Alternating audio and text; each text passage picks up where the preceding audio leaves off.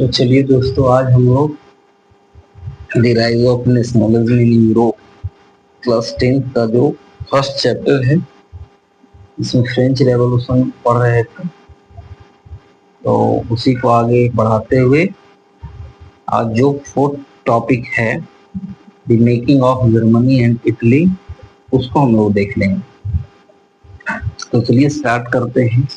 4.1 कहता है कि Germany can the army be the architect of the nation. ये क्वेश्चन जो है वो स्टार्ट हो रहा है, कह रहा है कि क्या किसी भी देश का जो आर्मी है वो उसका आर्किटेक्ट हो सकता है, देश को बनाने वाला आर्मी हो सकता है। तो ये बात जो है वो जर्मनी के लिए सही बैठता है। जर्मनी का जो आर्मी है या जर्मनी ने अपने सैन्य बल के आधार पर स्वयं को एक राष्ट्र के रूप में विकसित किया, तो उसका जो पूरा कहानी है उसको हम लोग इस चैप्टर में देखते हैं। कहता है after 1848 nationalism in Europe move away from its association with democracy and revolution. 1848 के बाद यूरोप का जो नेशनलिज्म था अब वो मूव करता है किसके तरफ, तो association with democracy and revolution. मतलब क्रांति का एक नया दौर स्टार्ट हो जाता है। डेमोक्रेसी को पाने के लिए या डेमोक्रेसी अपने देश में लागू करवाने के लिए, डेमोक्रेसी का जो एक कंसेप्ट है, डेमोक्रेसी का एक जो क्रेज है, वो पूरे यूरोप में धीरे धीरे फैल जाता है। जैसा कि हमने आपको पहले बताया था कि फ्रांस में क्रांति तो हुआ, लेकिन वहां जो ये कंसेप्ट आया इक्वलिटी, फ्रेटर्निटी और डेमोक्रेसी का, तो ये जो कंसेप्ट है वो फ्रांस से निकलकर धीरे धीरे पूरे यूरोपियन राष्ट्र में फैलने लगा। और क्योंकि जर्मनी फ्रांस का पड़ोसी राष्ट्र है, तो यहाँ के लोगों का इससे प्रभावित होना लाजमी था। Nationalist sentiments were often mobilised by conservatives for promoting state power and achieving political dominance over Europe। कहता है कि जो नेशनलिस्ट जो सेंटिमेंट है उसको खास करके जो कंजर्वेटिव लोग थे उन्होंने इसको मोबिलाइज किया। अब कंजर्वेटिव कौन लोग, तो कंजर्वेटिव वो लोग थे जो कि बहुत ज्यादा समाज में एक बैक परिवर्तन नहीं करना चाहते थे, बल्कि समाज का जो पुराना स्ट्रक्चर है उसी को लागू करना चाहते थे। मतलब जो राजा का कंसेप्ट है, रानी का कंसेप्ट है, उसमें उनका विश्वास था। तो ये जो नेशनलिस्ट सेंटीमेंट है उसको कंजर्वेटिव लोगों ने मोबिलाइज करने के लिए क्या किया कि एक आइडिया अपनाया, और वो आइडिया था प्रमोटिंग स्टेट पावर। मतलब राष्ट्र का जो शक्ति है उसको प्रमोट करना और पूरे यूरोप में जो पॉलिटिकल डोमिनेंस है उसको स्थापित करना। तो पूरे यूरोप में पॉलिटिकल डोमिनेंस स्थापित करने के लिए, अपने राष्ट्र की शक्ति को आगे बढ़ाने के लिए कंजर्वेटिव ने जो नेशनल सेंटिमेंट्स थे, जो राष्ट्रीय भावना था, उसका उपयोग करना शुरू किया। This can be observe in the process by which Germany and Italy came to be united as nation state. कहता है कि इस चीज को आप जर्मनी और इटली का जो यूनिफिकेशन है उस प्रोसेस से भी समझ सकते हैं, जिसके माध्यम से जर्मनी और इटली एक नेशन स्टेट के रूप में अपने आप को स्थापित करते हैं।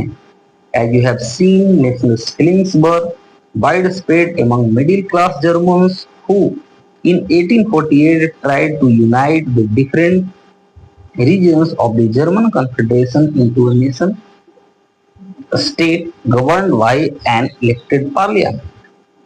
पिछली क्लास में जैसा कि आपने देखा कि जो नेशनलिस्ट जो फीलिंग्स वो पूरे जर्मनी में, खास करके जो मिडिल क्लास जर्मन थे वहां पे वाइड स्प्रेड धीरे धीरे ये फैल रहा था। और ये वही मिडिल क्लास के लोग थे जिन्होंने 1848 में ये प्रयास किया था कि जर्मनी जो अलग अलग हिस्सों में विभक्त है, डिफरेंट रीजन में जो विभक्त है, उसको एक साथ मिलाकर एक जर्मन कन्फेडरेशन का निर्माण किया जाए, ताकि एक नेशन स्टेट का निर्माण हो और यहाँ एक पार्लियामेंट हो और पार्लियामेंट के द्वारा ही शासन व्यवस्था को चलाया जाए। ये जो पार्लियामेंट हो वो भी इलेक्टेड पार्लियामेंट हो और इसके द्वारा शासन व्यवस्था को चलाया जाए। ऐसा प्रयास जो मिडिल क्लास के लोग थे उन्होंने 1848 में किया था, जिसको हमने फ्रैंकफर्ट पार्लियामेंट में देखा था। This liberal initiatives to nation buildings was however respected by the combined forces of the monarchy and the military, supported by the large landowners called junkers of Persia। कहता है कि इस तरीके का जो लिबरल इनिशिएटिव्स था नेशन बिल्डिंग का, उसको जो मोनार्कीज और जो मिलिट्री था वो दोनों लोग, मतलब दोनों जो कंबाइंड फोर्स थे वो इस विचारधारा को बढ़ाने का काम कर रहे थे, या ये जो दोनों लोग थे वो इस विचारधारा को रिस्पेक्ट करते थे। उनको भी ऐसा लगता था कि हाँ भाई, जो जर्मन राष्ट्र है उसका निर्माण होना चाहिए, जर्मन कन्फेडरेशन को मिलाकर एक जर्मन राष्ट्र का निर्माण किया जाना चाहिए। और इसमें जो पर्सिया के जंकर्स लोग थे, ये जंकर्स होते थे जो बड़े बड़े लैंड ऑनर्स होते थे, या जिसको आप कह सकते हैं लैंडलॉर्ड कह सकते हैं, जमींदार कह सकते हैं। तो जो बड़े बड़े जमींदार थे पर्सिया के, वो भी इसके पक्षधर थे, वो भी एक सशक्त जर्मन राष्ट्र का निर्माण चाहते थे। From then on, Persia took on the leadership of the movements for national unification। और इसी समय से रसिया जो है वो नेशनल यूनिफिकेशन का जो मूवमेंट है उसमें इसने लीडरशिप करना शुरू किया, मतलब इसको नेतृत्व देना प्रदान किया। It's chief ministers auto von Bismarck was the architect of this process, carried out with the help of the Persian army and bureaucracy। और पर्सिया का जो चीफ मिनिस्टर है ऑटो वन बिस्मार्क, उसे इस प्रोसेस का आर्किटेक्ट माना गया, German राष्ट्र का एक निर्माता के रूप में इसको याद किया जाता है, जिसने पर्शियन आर्मी और ब्यूरोक्रेसी की मदद से इस प्रोसेस को आगे बढ़ाने का कार्य किया और एक सशक्त जर्मन राष्ट्र का निर्माण कर सका। 3 war over 7 years with Austria, Denmark and France ended in Persia victory and completed the process of unification। इसमें ऑटो वन बिस्मार्क को करीब 7 साल लगा और 7 साल में उसने पहले ऑस्ट्रिया को, डेनमार्क को और फिर बाद में फ्रांस को, इन तीनों राष्ट्रों को पराजित किया। पर्सिया इस युद्ध में विजयी हुआ और जो यूनिफिकेशन का प्रोसेस है वो जाकर कंप्लीट हुआ। क्योंकि ऑस्ट्रिया, डेनमार्क और फ्रांस जो थे वो एक जर्मन राष्ट्र के निर्माण के पक्षधर नहीं थे। बाद में आप देखेंगे कि भाई जो ऑस्ट्रिया है उसको भी पर्सिया में मिला लिया जाता है। आप जो हिटलर के बारे में पढ़ते हैं तो हिटलर भी ऑस्ट्रिया का ही रहने वाला था। तो ऑस्ट्रिया और पर्सिया का तो एकीकरण हो जाता है, लेकिन शुरुआत में जो ऑस्ट्रिया है वो इसके पक्ष में नहीं था और एक डेनमार्क पक्ष में नहीं था, और सबसे जो मेन दुश्मन था वो था फ्रांस, क्योंकि फ्रांस अपनी सीमा पे एक सशक्त जर्मन राष्ट्र का निर्माण नहीं देखना चाहता था, क्योंकि उसको डर था कि भाई आप ऐसे भी समझ सकते हैं कि कोई भी व्यक्ति अपने पड़ोसी को मजबूत होते हुए नहीं देखना चाहता है। लेकिन ऑटो बिस्मार्क ने अपनी बुद्धि का परिचय देते हुए, अपने समर्थता का परिचय देते हुए इन तीनों राष्ट्रों को एक एक करके हराया और जर्मन यूनिफिकेशन का जो प्रोसेस है वो पूरा हुआ। इन जनवरी 1871 the Persian king William I was proclaimed German emperor in a ceremony held at Versailles। और जनवरी 1871 ईस्वी में जो पर्सिया का राजा है विलियम फर्स्ट, उसे जो जर्मन राष्ट्र है उसका राजा घोषित किया जाता है। और ये जो समारोह होता है वो वार्सलीज में होता है। वार्सलीज का जो पैलेस है वहां होता है। यहाँ आप एक चीज को ध्यान में रखना कि ये जो वार्सलीज है वो कहाँ है। ये वार्सलीज का पैलेस है फ्रांस में, जिसको लुई 15वां ने बनवाया था, और लुई 15वां ने बहुत ज्यादा पैसा खर्च किया था ये जो वार्सलीज का महल है, ठीक है, तो उस पर। और बाद में फिर लुई 16वां ने भी उस पर जो है वो बहुत ज्यादा पैसा खर्च किया, जिसके कारण फ्रांस में क्रांति भी हुआ था, जिसको हमने वो फ्रांस की क्रांति में देखा है। तो ये पैलेस कहाँ है? ये पैलेस है वार्सलीज में, जो कि फ्रांस का एक शहर है, मतलब वहाँ फ्रांस का जो राजा है उसका महल है। तो वहां संधि कौन कर रहा है? तो वहां संधि कर रहा है कौन? तो पर्सिया। और वहीं जो कैसर विलियम फर्स्ट है उसको संयुक्त जर्मन राष्ट्र का सम्राट घोषित किया जा रहा है। ये ऑटोमन बिस्मार्क के कूटनीति और चतुरता का सर्वश्रेष्ठ उदाहरण है। और यहीं से जो जर्मनी और फ्रांस है उसके बीच शत्रुता का बीजारोपण होता है, जो कि आगे चलकर फर्स्ट वर्ल्ड वॉर और सेकेंड वर्ल्ड वॉर का भी कारण बनता है।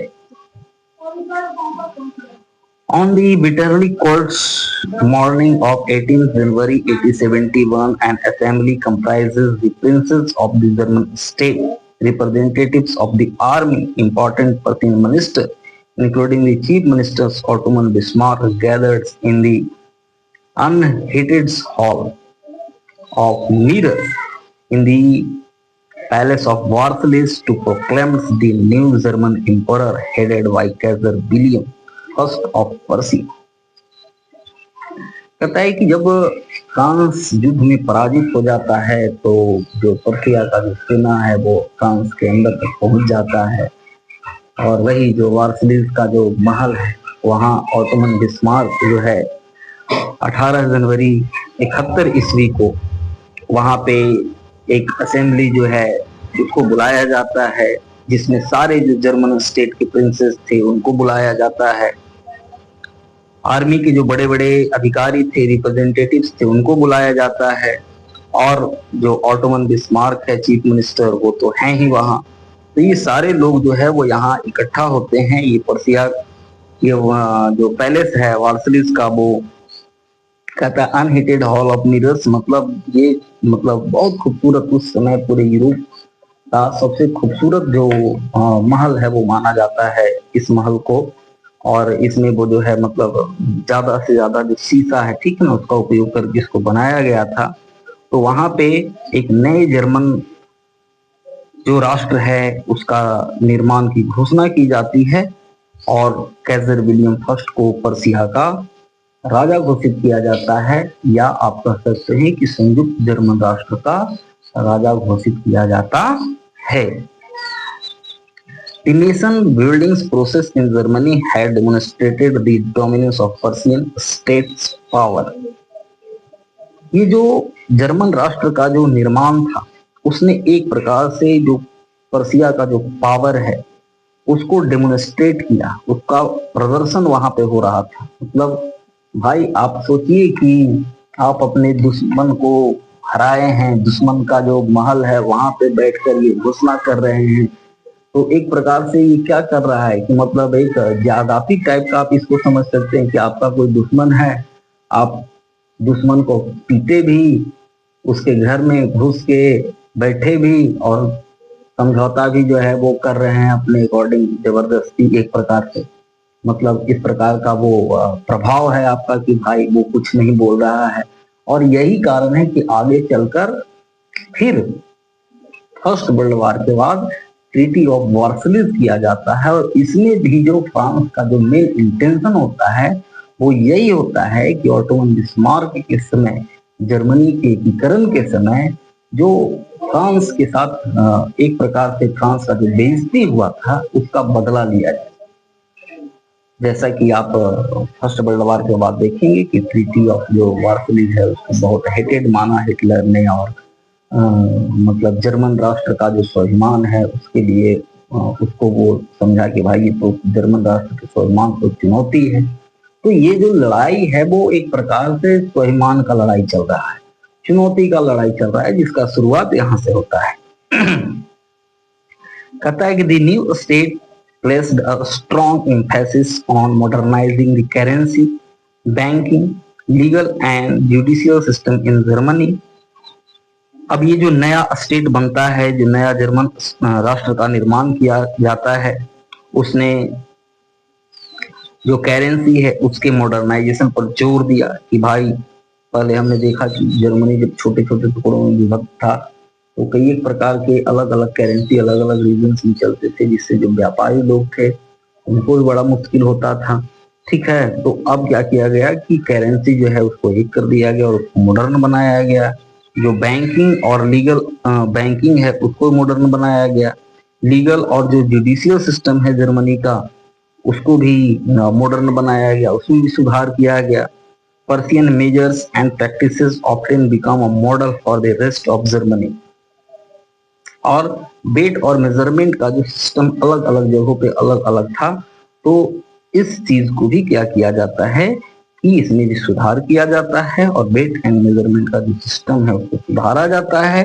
और जो पर्सिया का वेट एंड मेजरमेंट है वही पूरे जर्मनी के वेट एंड मेजरमेंट का एक मॉडल बन जाता है। अब है यूनाइटेड इटली यूनिफाइड। तो हमने देखा कि भाई जर्मनी का कैसे यूनिफिकेशन हुआ, अब देखते हैं कि इटली का कैसे यूनिफिकेशन हुआ। कहता है like Germany, Italy too had a long history of political fragmentation. Germany के जैसा ही इटली के पॉलिटिकल फ्रेगमेंटेशन का भी एक लॉन्ग हिस्ट्री है। फ्रेगमेंटेशन का मतलब कि भाई जो जर्मनी है वो इटली जो है वो छोटा छोटा टुकड़ा में डिवाइडेड था पॉलिटिकल रूप से, तो इसका भी एक लंबा इतिहास है। कहता है Italians were scattered over several dynastic state as well as the multinational Habsburg empire. कहता है कि इस समय तक जो इटालियन लोग थे वो छोटे छोटे डायनेमिक जो स्टेट्स हैं उसमें डिवाइडेड थे, जबकि इसका एक समय में हैब्सबर्ग एम्पायर का एक जो है ये क्या था कि जिस जिस प्रकार से हैब्सबर्ग एम्पायर छोटे छोटे टुकड़ों में डिवाइडेड था, तो ये जो इटली है वो भी छोटे छोटे टुकड़ों में डिवाइडेड था। During the middle of the 19th century, Italy was divided into 7 states, of which only one, Sardinia Piedmont, was ruled by an Italian princely house। कहता है कि मिड 19th सेंचुरी तक जो इटली है वो 7 छोटे छोटे टुकड़ों में डिवाइडेड था और यहाँ सिर्फ एक जो सर्डिनिया पेडमाउंट का जो रीजन था, जो क्षेत्र था, वही सिर्फ रूल किया जा रहा था इटालियन प्रिंसली हाउस के द्वारा। मतलब जो इटली के जो राजा थे तो उनका जो परिवार था उनका यहाँ पे शासन था, बाकी जगहों पे इसका कंट्रोलेंस नहीं था। कहता है कि the north was under Austrian Habsburg. Italy का जो नॉर्थ का पार्ट था वो ऑस्ट्रियन हैब्सबर्ग एम्पायर के अंदर आता था। The centre was ruled by the pope. जो सेंटर पार्ट था इटली का वो पोप के नियंत्रण में था। And the southern reason was under the dominance of the Bourbon king of Spain. और जो इसका साउथ का पार्ट था वो स्पेन के जो बॉर्बन राजा हुआ करते थे उनके डोमिनेंस में हुआ करता था। Even the Italian language had not acquired one common form and still had many regional and local variations। इस समय तक जो इटालियन लैंग्वेज है वो भी एक अपना कॉमन रूप नहीं ले पाया था। और कहता है कि अलग अलग जो रीजन्स थे वहां पे अलग अलग जो लोकल वेरिएशन था, मतलब जो लोकल लैंग्वेज था उसकी प्रधानता थी और जो वेरिएशन है उसको स्पष्ट रूप से देखा जा सकता था। During the 1830s, Joseph Mazzini had sought to put together a coherent programs for a unitary Italian republic। लेकिन 1830 के दशक में जोसेफ मैज़नी ने एक कोहेरेंट प्रोग्राम चलाया। कोहेरेंट प्रोग्राम करने का मतलब कि एक व्यापक और वो थोड़ा खुलकर नहीं तो छिपकर, ठीक है, तो एक कोहेरेंट प्रोग्राम चलाया इसमें उसने जो इटालियन रिपब्लिक है उसके यूनिफिकेशन का जो प्रोसेस था, यूनिफिकेशन का जो कार्य था, उसको उसने आगे बढ़ाने का कार्य किया। He had also formed a secret society called Young Italy for the dimensions of high goal। उसका ये जो हाई गोल का जो डायमेंशन था, इटली की यूनिफिकेशन का जो हाई गोल है, उसका ये जो डायमेंशन था, उसके लिए इसने कहता है कि सीक्रेट का ये जो सीक्रेट सोसाइटी था उसकी स्थापना की, जिसको यंग इटली, इटली में जो चलाया उसको यंग इटली कहा गया, और पूरे यूरोप में भी इसने इसी प्रकार के सीक्रेट सोसाइटी चलाया जिसको यंग यूरोप के नाम से भी जाना जाता है। कहता है the failure of revolutionary uprisings both in 1831 and 1848 meant that the mental now fell on Sardinia Piedmont under its rulers King Victor Emmanuel II to unify the Italian states through war।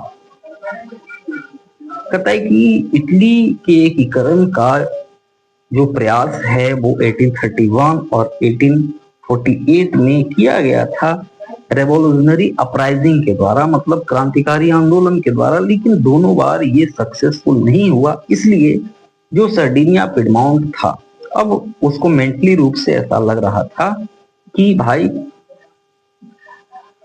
अगर Italian state को unify करना है तो उसके लिए अब युद्ध ही जरूरी है। बिना युद्ध का जो इटालियन स्टेट्स है या इटली राष्ट्र का निर्माण है वो नहीं किया जा सकता है। और एक प्रकार से कह सकते हैं कि वहां के जो शासक थे विक्टर इमैनुअल सेकंड, उन्होंने मेंटली रूप से इस चीज को समझ लिया कि भाई बिना युद्ध का सर्डिनिया पिडमाउंट का एकीकरण नहीं हो सकता है। In the eyes of the ruling elites of these regions, a unified Italy offered them the possibilities of economic development and political dominance। कहता है कि इसके लिए जो वहां के रूलिंग इलाइट थे, उस रीजन के, उस क्षेत्र के जो रूलिंग इलाइट कहने का मतलब कि जो रूलिंग क्लास के लोग थे, मतलब समाज में जो वर्चस्व वाले लोग थे, तो उनको भी ऐसा लगता था कि भाई अगर इटली का यूनिफिकेशन होगा तो इससे इकोनॉमिक डेवलपमेंट होगा और एक पॉलिटिकल डोमिनेंस जो है उसको भी स्थापित किया जा सकता है, जैसा कि जर्मनी के लोग चाहते थे। मतलब दोनों लोग ये मानते थे कि भाई एक यूनिफिकेशन ही एक सशक्त राष्ट्र के निर्माण में सबसे सहायक तत्व है, और यूनिफिकेशन से देश का डेवलपमेंट भी होगा और दूसरे देशों पे, शत्रु राष्ट्र पे एक पॉलिटिकल डोमिनेंस के लिए पूरे देश का यूनिफिकेशन जरूरी है। जैसा कि जर्मनी का भी, मतलब जो ऑटो वन बिस्मार्क था उसका भी इसी प्रकार का मेंटेलिटी था। और यहाँ अगर आप इटली में आते हैं तो इटली में भी जो विक्टर इमैनुअल सेकंड हैं उनका भी ऐसा ही मानना था। Chief Minister Cabo's holding the movements to unify the regions of Italy was neither a revolutionary nor a democrat। अब जैसा कैसर विलियम फर्स्ट का प्रधानमंत्री ऑटो वन बिस्मार्क बड़ा महत्वपूर्ण भूमिका निभाया जर्मनी के एकीकरण में, वैसे ही जो विक्टर इमैनुअल सेकंड है उनका जो प्रधानमंत्री है चीफ मिनिस्टर कैबो, वो भी बड़ा इंपॉर्टेंट रोल निभाता है इटली के एकीकरण में। कहता है कि जो कैबो था वो इटली रीजन के जो यूनिफिकेशन का मूवमेंट था उसको इसने लीड किया, और ये जो व्यक्ति था वो ना तो क्रांतिकारी था और ना ही डेमोक्रेट्स था। मतलब ये जो है वो एक प्रकार से सिर्फ अपने स्वामी के प्रति स्वामी भक्त था और एक राष्ट्र का निर्माण करना चाहता था, और क्रांतिकारी और डेमोक्रेट्स दोनों के बीच का ये एक मिश्रण था।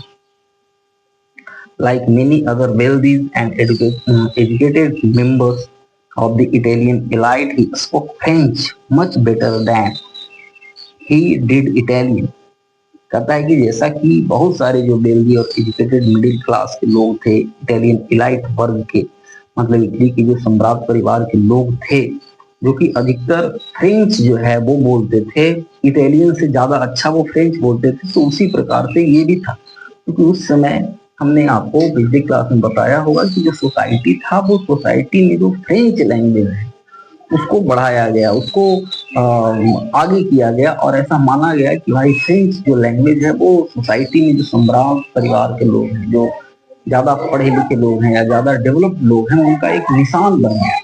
जैसा कि आज अंग्रेजी जो है वो एक मान ली कि एजुकेटेड जो क्लास के लोग हैं उनका एक सिंबल बन गया, उसी प्रकार से वहां भी जो फ्रेंच लैंग्वेज है वो एक सिंबल बन गया था डेवलपमेंट का।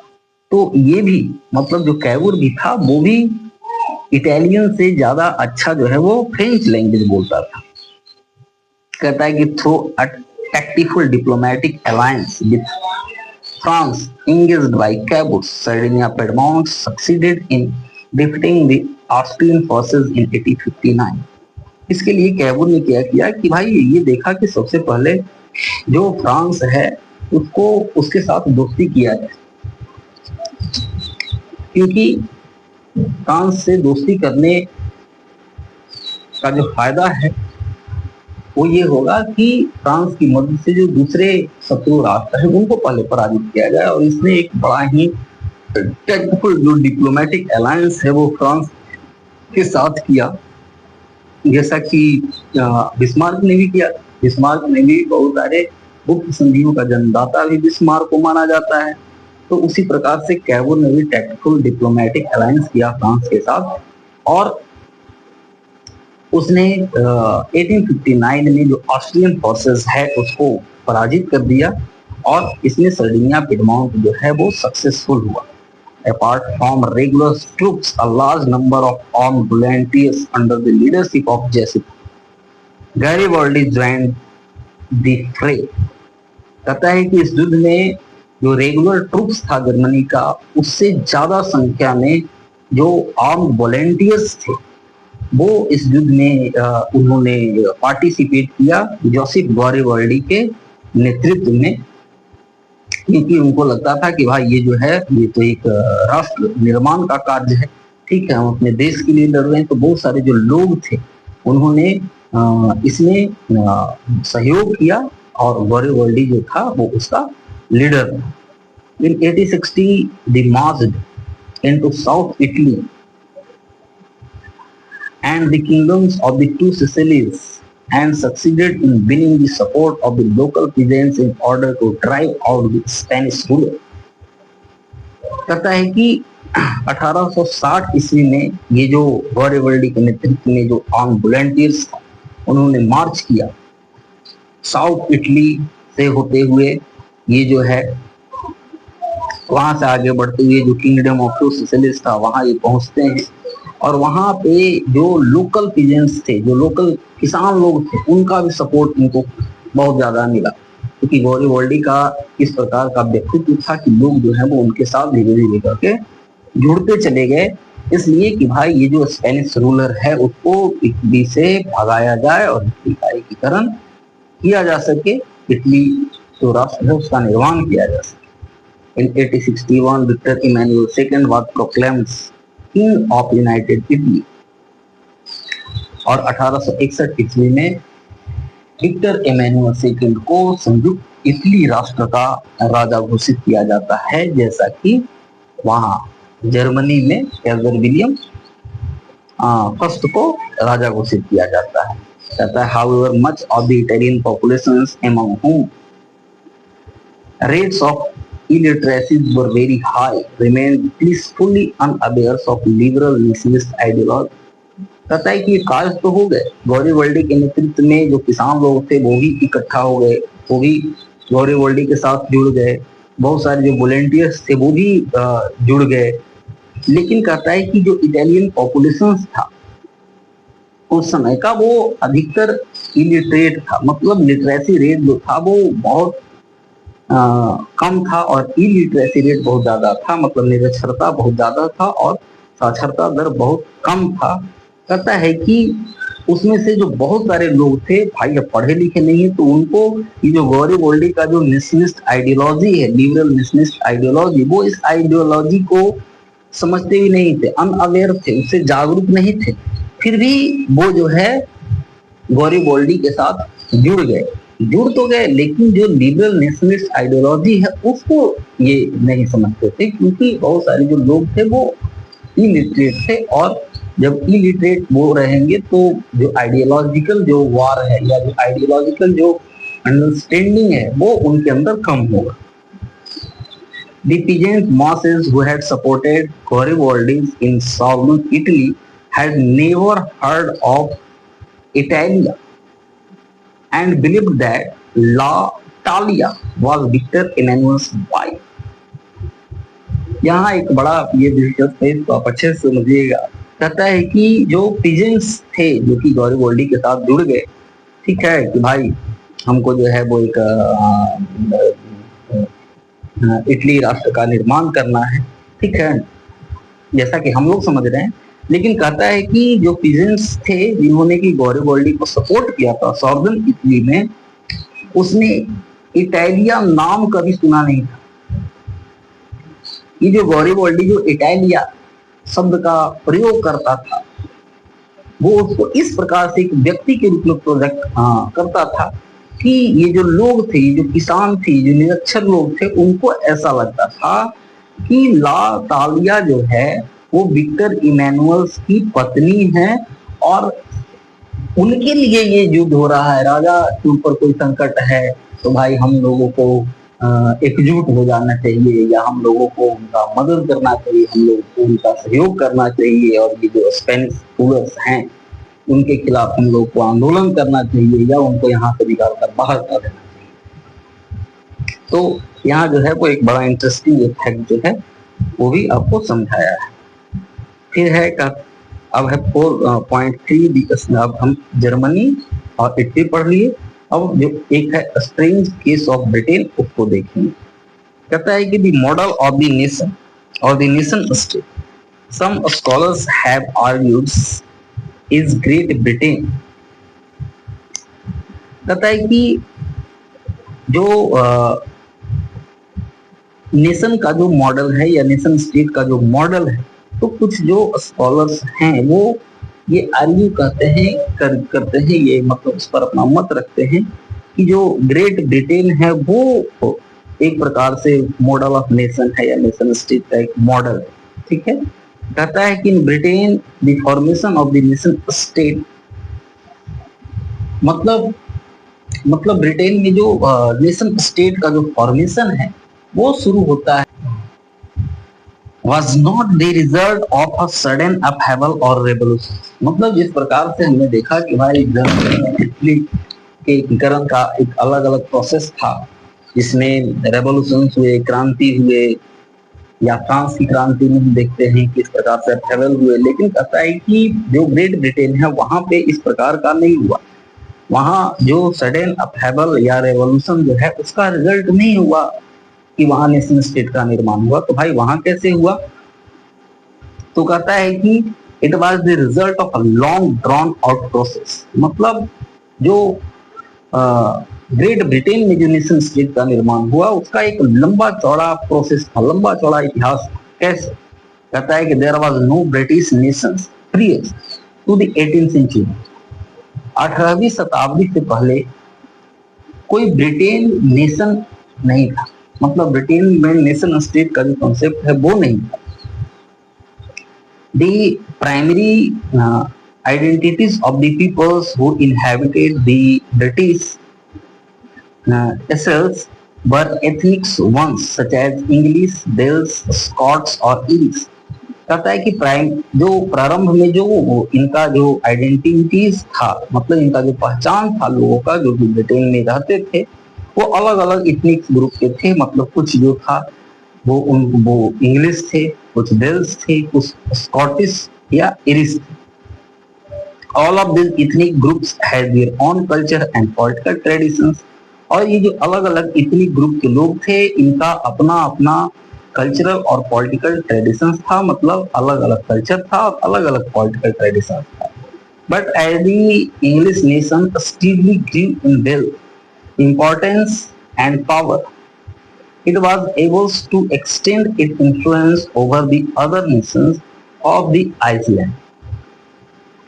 कहता है कि जैसे जैसे जो इंग्लिश नेशन था, मतलब जो इंग्लैंड था, जैसे जैसे वो धीरे धीरे ग्रो करने लगा और धीरे धीरे वो धनी बनने लगा, मतलब व्यापार और वाणिज्य में ये आगे बढ़ा।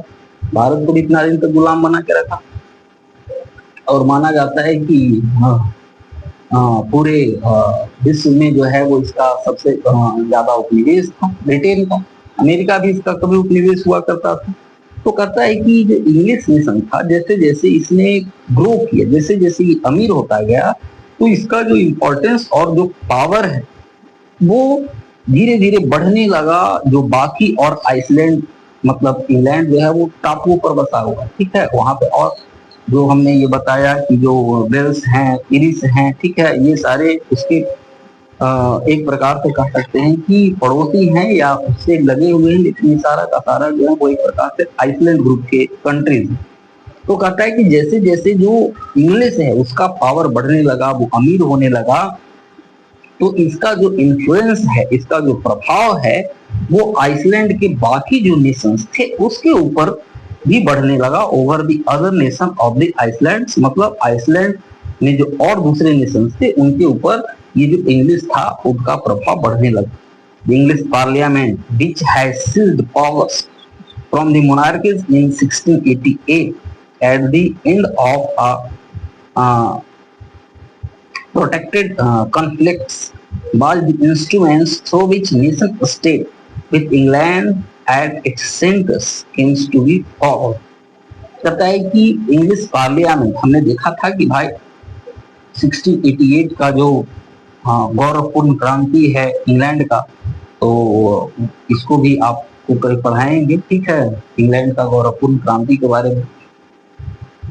तो कहता है कि इससे क्या हुआ कि 1688 में जो इंग्लैंड में एक गौरवपूर्ण क्रांति हुआ, तो उससे क्या हुआ कि जो मोनार्कीज है, मोनार्की से जो पावर है वो इंग्लिश पार्लियामेंट के पास चला आया। इंग्लिश पार्लियामेंट ने मोनार्कीज का जो पावर है उसको सीज कर लिया। और कहता है कि इससे क्या होता है कि जो अधिकतर जो कॉन्फ्लिक्ट हैं, अब भाई जब पावर आ गया पार्लियामेंट के पास तो फिर कॉन्फ्लिक्ट जो है वो कम हो जाएगा। अब पार्लियामेंट ही सारा निर्णय लेगा तो फिर विद्रोह का कोई प्रश्न ही नहीं खड़ा होता है। तो इससे क्या हुआ कि ये जो कॉन्फ्लिक्ट हुए वो प्रोटेक्टेड हुए।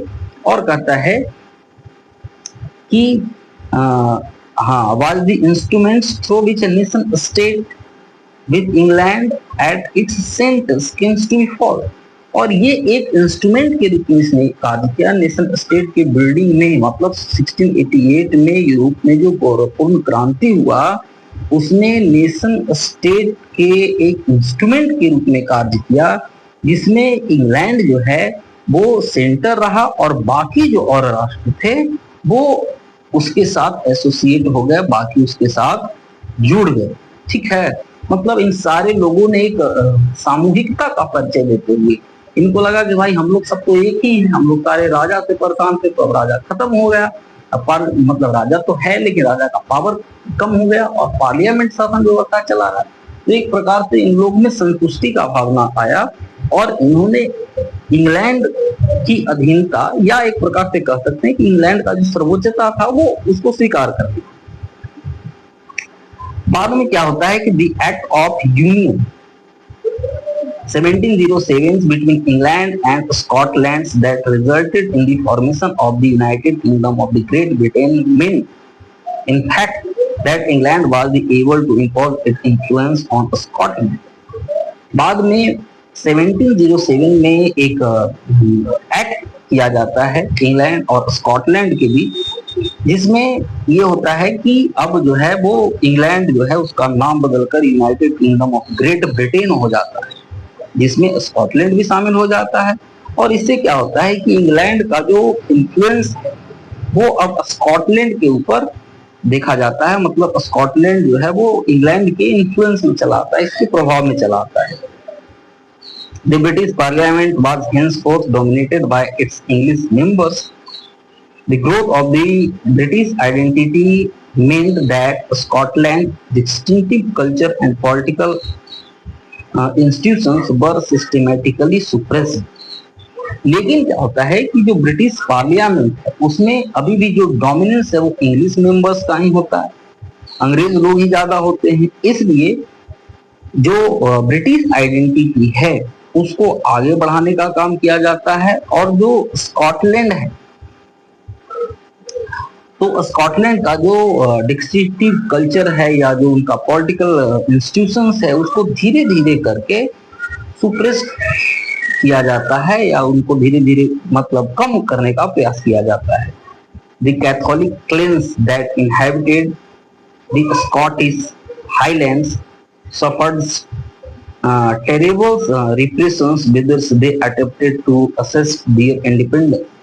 और वहां पे जो कैथोलिक क्लेंस के लोग थे जो कि वहां के इनहेबिटेंट्स थे, कहाँ के, तो स्कॉटलैंड के, तो इन लोगों के साथ जो है वो टेरेबल रिप्रेशंस इन लोगों को किया जाता है। मतलब ये लोग जो है वो अपने इंडिपेंडेंस के लिए, स्वतंत्रता के लिए जब आवाज उठाते हैं तो इनका दमन कर दिया जाता है। The Scottish Highlanders were forbidden to speak their Gaelic language or wear the national dress, and large numbers were forcibly driven out of their homeland। अब ये जो स्कॉटलैंड के जो हाईलैंडर्स थे, मतलब जो स्कॉटलैंड के जो बड़े बड़े लोग थे, उनको मना किया जाता है कि भाई आप जो है वो, उनका जो स्कॉटलैंड वाले लोग हैं उनका गैलिक लैंग्वेज है तो उनके लैंग्वेज को बोलने के लिए उनको मना किया जाता है। उनका जो नेशनल ड्रेस है उसको वियर करने से रोका जाता है। और बड़ी संख्या में उनको, मतलब जो इस प्रकार का विरोध कर रहे थे, तो उनको अपने होमलैंड से भी जबरदस्ती निकाल दिया जाता है। तो ये स्कॉटलैंड का स्थिति था। अब आयरलैंड का देख लेते हैं। कहता है कि Ireland suffered a similar fate. Ireland के साथ भी एकदम सेम का सेम कंडीशन ही था। कहता है it was a country deeply divided between Catholics and Protestant. ये जो आयरलैंड था वो कैथोलिक और जो प्रोटेस्टेंट थे उनके बीच ये डीपली डिवाइडेड था। The English helped the Protestant of Ireland to establish their dominance over large Catholic country। और ये जो इंग्लिश लोग थे वो क्या करते थे कि प्रोटेस्टेंट का ये मदद करते थे ताकि आयरलैंड में जो लार्जली कैथोलिक डोमिनेंस वाले लोग थे, मतलब आयरलैंड में ज्यादा जो लोग थे वो कैथोलिक धर्म को मानने वाले थे और इंग्लैंड जो था वो प्रोटेस्टेंट धर्म को मानने वाला था। ये दोनों ईसाई धर्म का ही दो अलग अलग धारा है। तो जो इंग्लिश थे वो क्या करते थे कि इंग्लिश जो थे वो प्रोटेस्टेंट लोगों को एक प्रकार से प्रभुत्व करते थे, क्योंकि प्रोटेस्टेंट लोग का संख्या कम था, कैथोलिक लोग का संख्या ज्यादा था। प्रोटेस्टेंट लोग जो थे वो अल्पसंख्यक थे, जो कैथोलिक थे वो बहुसंख्यक थे। लेकिन ये जो इंग्लैंड था वो क्या करता था कि इस प्रकार से उनके यहाँ इंटरफेरेंस करता था और जो प्रोटेस्टेंट लोग था उनको ये बढ़ावा देते थे ताकि वहां जो है वो विवाद खड़ा किया जाए। जैसा कि आगे आप देखते हैं हर जगह पे ये जो लोग हैं, यूरोपियन लोग, अंग्रेज लोग, इनका यही टैक्टिक्स होता है।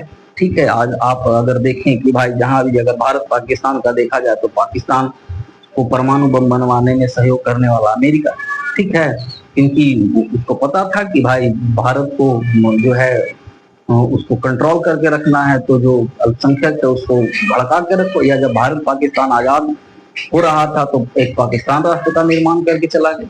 उसके बाद अभी बांग्लादेश में देख रहे हैं कि जो अल्पसंख्यक लोग हैं इनको ये प्रमोट करते रखते हैं ताकि जो बहुसंख्यक लोग हैं उनको डिस्टर्ब रखा। तो ये इनका बहुत पुराना टैक्टिक है और यही जो टैक्टिक है वो आयरलैंड में भी अपना रहे थे।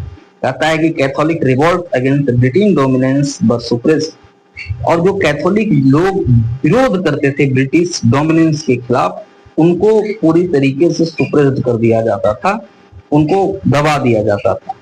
Africa, a failed revolt led by Wolfe Tone।